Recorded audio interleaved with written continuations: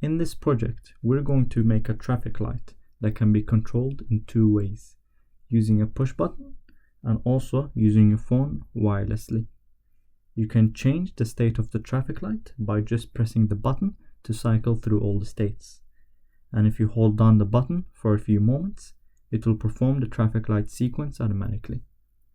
And from the phone, you're able to choose exactly which light is on or off, and also trigger the automatic sequence.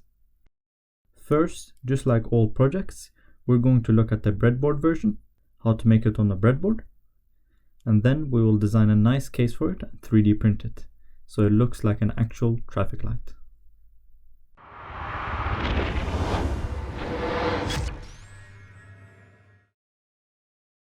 Before we look at the wiring and the breadboard version, let's quickly go over the components that you'll need. It was very important for this project to choose components that were as small as possible because of the really tight and limited space that is available. So you'll need 3 LEDs, red, orange and green, a button, any kind of a button. You also need some sort of a microcontroller. Because we're keeping everything small for this project, the Tiny85 is a perfect choice.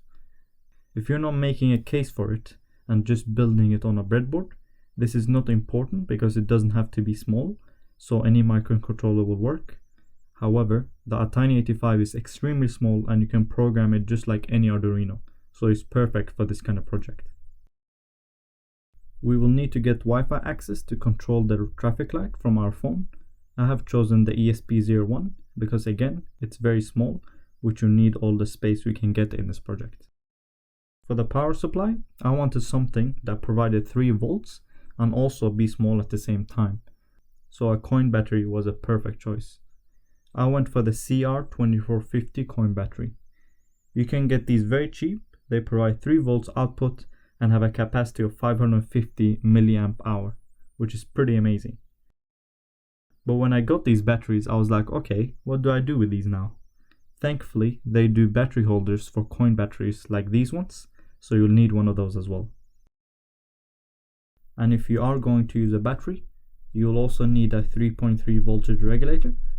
I'll be using the MCP 1700. And that's all the components that you'll need. Let's now go through the wiring on a breadboard. It's very simple.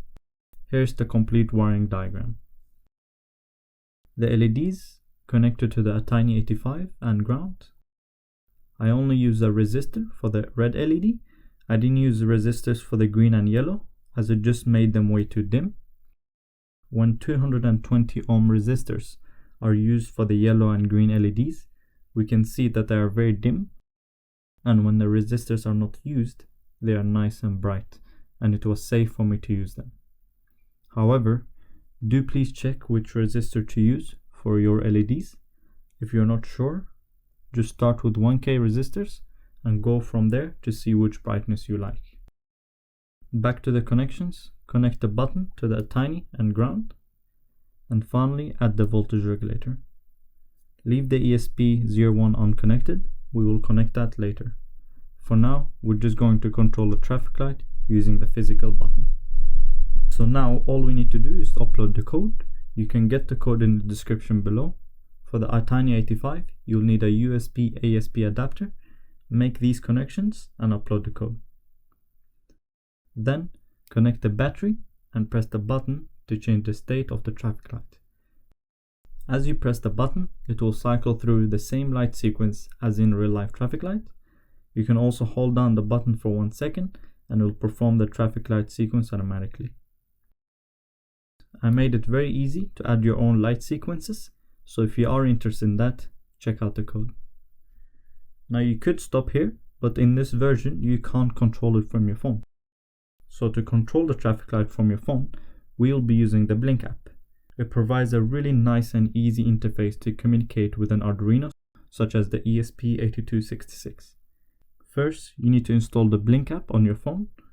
Once installed, create a new project, choosing ESP8266 and Wi-Fi as the connection type. Add 3 style buttons and assign the red, yellow and green buttons to virtual pins 0, 1 and 2. Also add a fourth button to virtual pin 3, which will be used to trigger the automatic sequence. You can spend some time making the buttons look nice if you want to. In the ESP01 code, all you need to change is the authentication code, which you would have received by email from Blink when you created the project on the app. Also make sure to put your Wi-Fi name and password. You also need to install the Blink library using the Blink Library Manager in the Arduino IDE. To upload the code to the ESP01, you'll need some sort of a USB UART like this one. Make these connections and upload the code. Then add the ESP01 to the breadboard, connect it to the power, and connect the TX pin to the software RX pin of the Tiny, which is pin PB3. Now when using the ESP01, a single coin battery is not enough. We will need to use 2 coin batteries in series like this. Now once everything is connected, you can still control the traffic light using the button, but now you can also control each LED on the app individually. You can choose exactly which LED to turn on and off. You can also trigger the automatic sequence from the app. This is great. For all the electronics for this project, it's all done. But what about that nice looking case? It was actually very challenging to design this traffic light, as I wanted it to be relatively small but also look nice at the same time and also fit in the wires and electronics. At the end, this is the design I came up with. There are 7 parts that make up the traffic light. There's the base. This is where the batteries are stored and has a hole for the button to pop out through.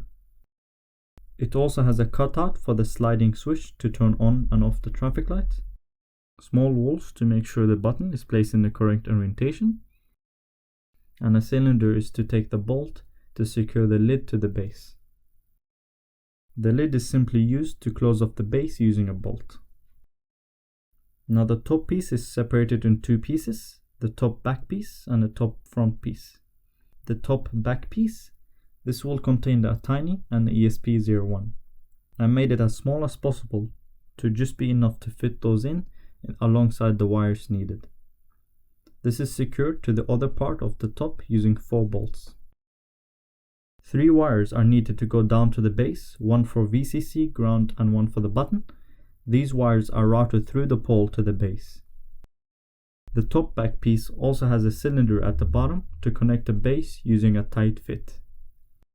For the top front piece, this piece will be where the LEDs are mounted to. It has a rectangular housing where the LEDs can be inserted and secured. The last components are the LED shields. These give the LEDs a very nice glowing effect. I initially thought of just using the LEDs and have them pop out of the case like this. However, I quickly realized that looked really bad. So I decided to make these LED shields, and after some quick experiments, this is what I ended up with. When you put them over the LEDs, they create a really nice light effect rather than just having the LEDs exposed. I was actually very happy on how the LED shields turned out. They gave a really nice funnel look to the traffic light, and they snapped right into the top front piece in a tight fit. So after having all the components printed, the wiring also needed to be done very carefully. I used strip boards to keep everything together and organized. If you don't know what strip boards are, I highly recommend you look into them. They make soldering components and wires together very easy. I split the wiring into 3 different parts. The LEDs, a Tiny and ESP will be all together, which will be on the top piece of the traffic light, with 3 wires to be routed to the base, the VCC, ground and button pin. The sliding switch and a main strip board at the bottom, where it brings everything together. So the voltage regulator is there, and using header pins, we have 4 for ground, 2 for input pins to the MCP, 2 to connect the 2 batteries together in series when using the ESP01, and finally 2 for 3.3 output from the voltage regulator. And the third part, the button, which is soldered into a strip board with a wire to ground and a header pin to connect the wire coming from the Tiny from the top. So after soldering all these together,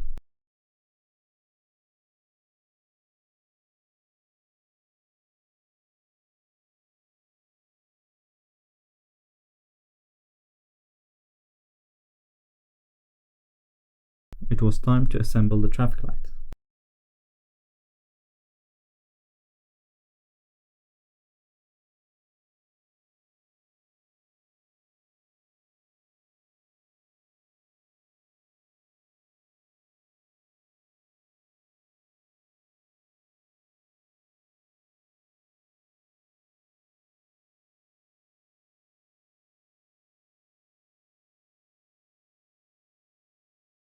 And now we have a complete traffic light that looks like a real traffic light, operates like a real traffic light, and can be controlled using a button or from a phone.